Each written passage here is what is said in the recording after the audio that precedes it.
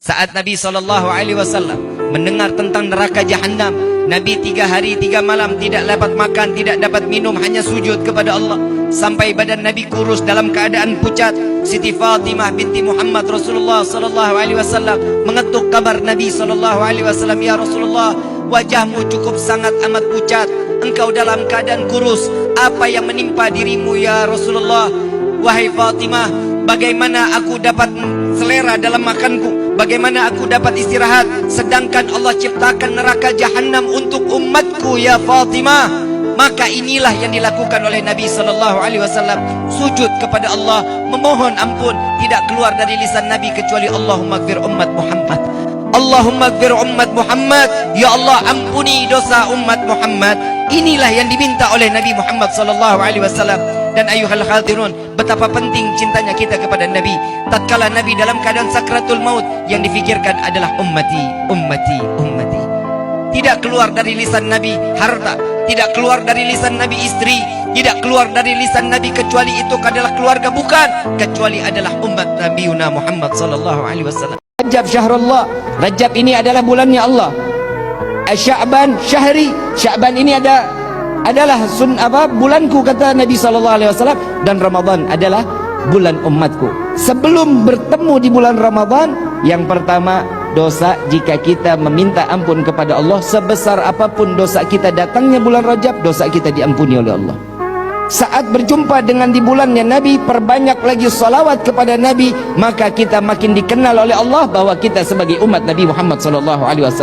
Dan datangnya bulan Ramadan, kita melaksanakan ibadah ritual di bulan Ramadan, maka di bulan Ramadan tersebut kita dijauhkan dari siksa api neraka, dosa kita diampuni dan mendapatkan pandangan rahmah dari Allah, dan dipastikan kita akan dimasukkan ke dalam surganya Allah. Amin ya Rabbal. Malam Jumat di salah satu doa yang doanya akan dikabulkan oleh Allah. Siapa yang mengatakan? Nabi Yuna Muhammad. Hari Jumat, hari yang penuh keberkahan, hari yang dimana setiap doa setiap hamba dijadikannya hari idnya orang-orang mukmin, hari rayanya orang-orang mukmin. 1 minggu sekali kita dikasih hari raya, hari Jumat. Orang yang berbuat baik di hari Jumat, Allah ganjarnya lipatan ganda. Siapa yang bicara? Nabi Yuna Muhammad. Semua yang bicara Nabi, yang kasih tahu Nabi. Kenapa? Karena tahu amal ibadah setiap umat nanti di yaumil kiamah pasti gak akan pernah sampai ke hadirat Allah. Lihat amaliyah kita. Gak ada wasiat Nabi yang lain. Kalian gak harus cari duit yang banyak, berikan kepada Islam agar Islam maju. Lu mau bejat, lu mau bajingan, lu mau tatoan dari ujung rambut sampai ujung kaki, salat. Kenapa? Karena itu yang dapat membulak-balikan hati. Jadi dari orang yang gak baik bisa menjadi salat. Gak ada wasiat Nabi yang lain. Kalian gak harus cari duit yang banyak, berikan kepada Islam agar Islam maju. Enggak. Salat, salat. Qurannya dibaca walaupun 1 hari 1 ain. Gak sanggup juga baca 1 ayat, masih gak sanggup juga baca alif lam mim. Sadaqallahul azim. Gak apa-apa, yang penting 1 niat untuk menghidupkan Al-Qur'an. Susah. Kita lebih banyak ngebuka WhatsApp, betul? Qurannya kapan? Oh, kapan Qurannya? Ramadan, Bib. Itu juga minggu pertama. 1 juz juga nggak selesai, betul? Lihat tuh Quran kita berdebu nggak di rumah? Quran kita berdebu nggak? Buru-buru lap baca. Kenapa? Jadiin itu debu sebagai saksi di yaumil kiamah atas kebaikan kita. Kita memakmurkan Al-Quran.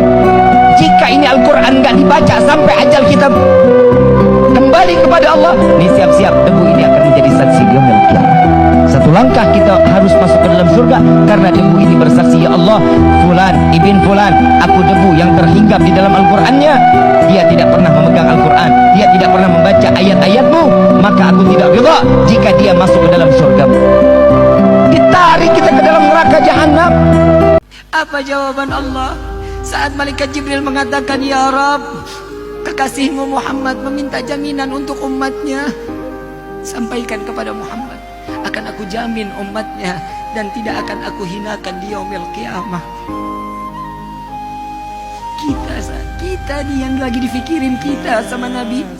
Nabi nggak pernah yang namanya istirahat untuk mikirin umat, nggak pernah. Nggak ada dalilnya, nggak ada. Saat dimana Nabi satu malam, saat dimana di rumah Siti Aisyah, satu malam Nabi terbangun dari tempat tidur, dicari oleh Siti Aisyah. Siti Aisyah terlelap dalam tidur. Begitu saat dibangun, dilihat Rasulullah nggak ada. Dicari di dalam masjid, ternyata Nabi sedang sholat, ditungguin sama Siti Aisyah. Setelah selesai sholat, ya Rasulullah, kapan waktumu istirahat? Kasih waktumu untuk istirahat sejenak. Apa jawaban Nabi Muhammad? Jika aku istirahat, bagaimana nasib umatku di yaumil qiyamah? Jika aku terlelap tidur, bagaimana nasib umatku di yaumil qiyamah? Apa yang kau lakukan ya Rasulullah sehingga aku melihat engkau banyak di dalam gerakan salat?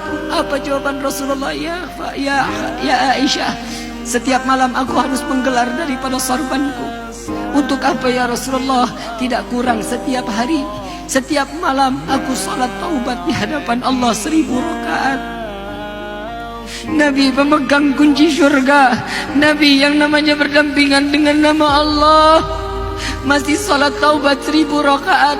Nah, Siti Aisyah mengatakan, ya Rasulullah, engkau manusia yang maksum, engkau tidak ditempel dosa, engkau tidak akan diberikan suatu siksaan apapun. Kenapa engkau salat taubat begitu banyak ya Rasulullah? Apa jawaban Sayyidina Muhammad keluar dari lisan manusia yang dimuliakan oleh Zat yang Maha Mulia? Jawabannya Nabi, ya Aisyah, aku khawatir tatkala umatku saat diambil rohnya oleh Allah kembali ke hadapan Allah, dia belum sempat bertaubat kepada Allah. Sedangkan aku mengharap solat taubatku ini dapat menambal taubat umatku. Huwa Muhammadah, dia adalah Sayyiduna Muhammad sallallahu alaihi wasallam yang menjaga kalian, yang bertobat demi kalian, yang pelipisnya berdarah demi kalian, yang menahan lapar dengan rasa sakit demi kalian umat Sayyiduna Muhammad. Mau sampai kapan kita terlelap tidur sedangkan Nabi terbangun menangis untuk umat Sayyiduna Muhammad sallallahu alaihi wasallam?